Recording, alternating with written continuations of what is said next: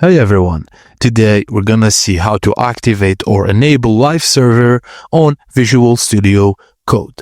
Firstly, open Visual Studio Code and click on the extensions icon in the activity bar on the left. Alternatively, use the shortcut Ctrl+Shift+X. In the extensions search box, type Live Server and look for the extension named Live Server by Ritwik Day. Click Install to add the extension to VS Code.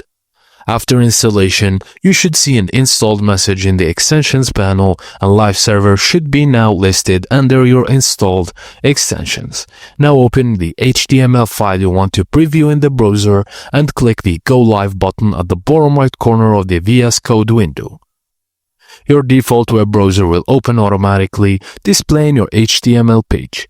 Make changes to your VS Code and save the file using the shortcut Ctrl+S. And that's it, guys. Thank you for watching, and please don't forget to like and subscribe for more.